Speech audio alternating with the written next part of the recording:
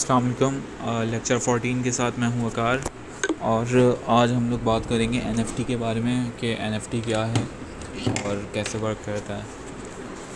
सबसे पहले अगर आप इंटरनेट पे सर्च करें NFT, what is NFT, what is an NFT,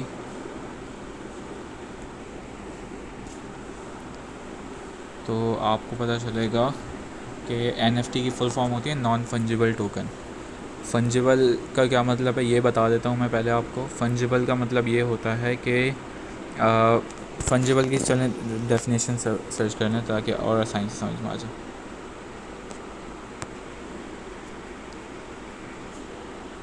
fungible के मीनिंग होते हैं कि replaceable by another identical item, मतलब जो चीज़ रिप्लेसेबल है तो वो क्या है, और वो फंजिबल है। और जब नॉन का वर्ड लग गया तो ये क्या बन गया, नॉन रिप्लेसेबल। और टोकन का मैंने आपको पिछली वीडियोस में बता चुका था टोकन क्या होता है और कॉइन में क्या फ़र्क होता है। टोकन वो होता है जो किसी दूसरे कॉइन की ब्लॉकचेन इस्तेमाल कर रहा होता है। जैसे सपोज़ कर लें बेक कॉइन है, वो बाइनेंस की स्मार्ट चेन इस्तेमाल कर रहा है और यूनिस्वैप इथीरियम की स्मार्ट चेन, इथीरियम की ब्लॉकचेन इस्तेमाल कर रहा है। तो डिफरेंट जो कॉइन्स हैं, पोलका सिटी जो है वो पोलका डॉट की स्मार्ट चेन ब्लॉकचेन इस्तेमाल कर रहा है। तो इसी तरह से जो टोकन होता है वो क्या होता है, किसी भी दूसरी ब्लॉकचेन पे चल रहा होता है लेकिन उसकी अपना रूट डिफरेंट होता है। मतलब वो ब्लॉकचेन इस्तेमाल कर रहा होता है किसी और चीज़ की, लेकिन जो उसका अपनी वैल्यू होती है वो डिफरेंट होती है उस चीज़ से। अच्छा, अब ये आप देखें नॉन फंजिबल टोकन क्या होंगे। नॉन फंजिबल टोकन कोई सी भी आपकी डिजिटल आर्ट हो सकता है, ऑडियो हो गई, पिक्चर्स हो गए, वीडियो हो गई, आपने कोई किसी भी तरह का कोई सा भी आर्ट हो सकता है। सपोज़ कर लें कोई सी भी चीज़ हो सकती है। ये देख रहे हैं ये NFT आर्ट्स हैं जो मैं वीडियो स्वैप कर रहा हूँ, ये NFT आर्ट्स में बिक सकते हैं। NBA का नाम सुना होगा आपने, NBA NFTs मैं आपको दिखाता हूँ। NBA की NBA बास्केटबॉल एसोसिएशन जो है, तो इनके ये अपने जो NBA top shot officially digital collectibles, ठीक है। अब ये जिस तरह से आप देखें यहाँ पे कुछ शॉट्स होंगे, कुछ शॉट्स होते हैं। जैसे कोई सा भी अच्छा गोल किया होगा, सपोज़ कर लें हम लोग क्रिकेट देखते हैं तो अगर ICC शाहिद अफरीदी ने एक छक्का मारा था, बहुत मशहूर है कि भाई वो 158 मीटर्स तक गया था। तो अगर वो छक्का जो है उसकी वीडियो जो है ICC किसी को बेचना चाहे तो उसकी डिजिटल जो है होती है, उसकी जो ओनरशिप होती है वो मुंतकिल हो जाती है दूसरे बंदे के पास।